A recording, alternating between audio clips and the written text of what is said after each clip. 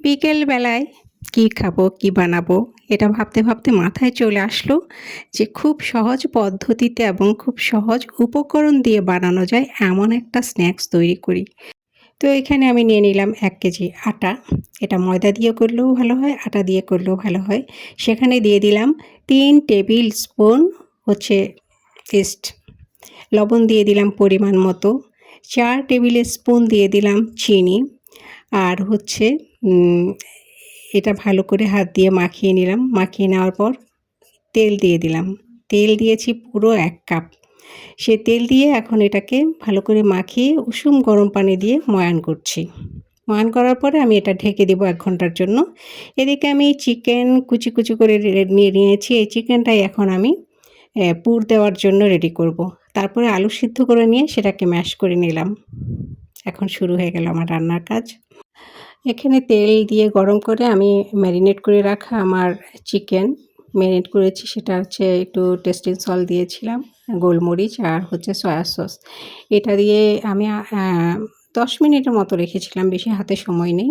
এরপরে আমি পেঁয়াজ দিয়ে দিলাম। পেঁয়াজগুলো অনেক সময় কিউব করে দেওয়া যায়, আমি কুচি, কুচি করে দিয়ে দিয়েছি। আর হচ্ছে এখানে দিয়ে দিলাম শুকনো মরিচ কুচি করে, তারপরে কাঁচা মরিচ কুচি, আর হচ্ছে এখানে আমি কারি পাতাও দিব কিছু। কারি পাতা কুচি করে পরে শেষের দিকে দিব। আগে, আগে কারি পাতা দিলে ভাজা হয়ে যায় বেশি, এই যে কারি পাতা দিয়ে দিলাম।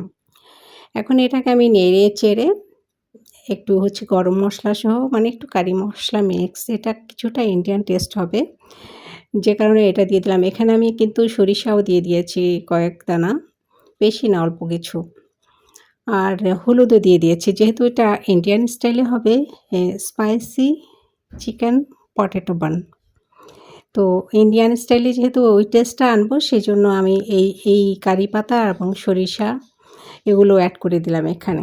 এদিকে আমার ময়ান করে রাখা এই যে আটাগুলো ফুলে মোটামুটি ঢোল হয়ে গেছে। এগুলোকে এখন আমি এভাবেই সমান, সমান করে কেটে নেব সবগুলো। এইগুলোকে এখন আমি সমান শেপে গোল, গোল করে নেব। একটু বড় করেই আমি বানটা বানাবো, যাতে একটা খেলেই পেট ভরে যায়। একটাই দেখা যাবে যে যারা একটু কম খায় তারা একটা গোটা খেতে পারবে না। এত বড়, বড় সাইজ করে বানাচ্ছি। এই যে আমি এখানে সবগুলো গোল, গোল করে নিলাম। এখন এখানে পুর দেবো আমি। মানে পটেটো আর চিকেন দিয়ে পুর দিব।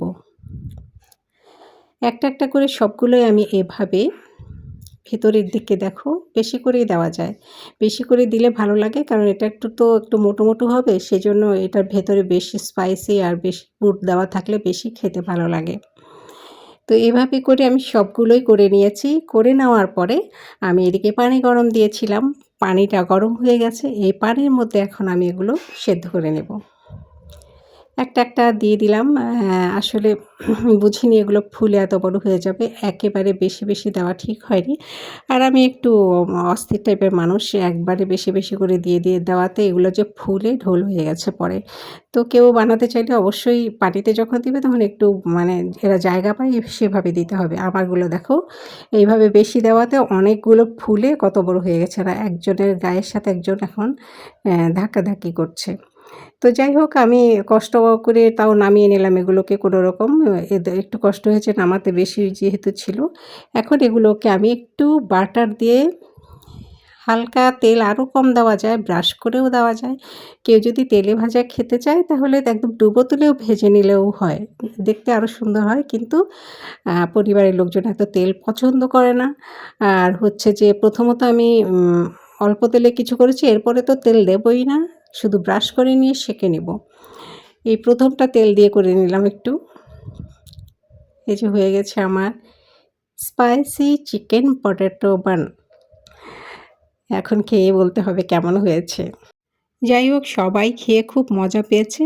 তো এভাবে খুব সহজ পদ্ধতিতে সহজ উপকরণ দিয়ে এভাবে সবাই বানিয়ে খেতে পারবে। খাও।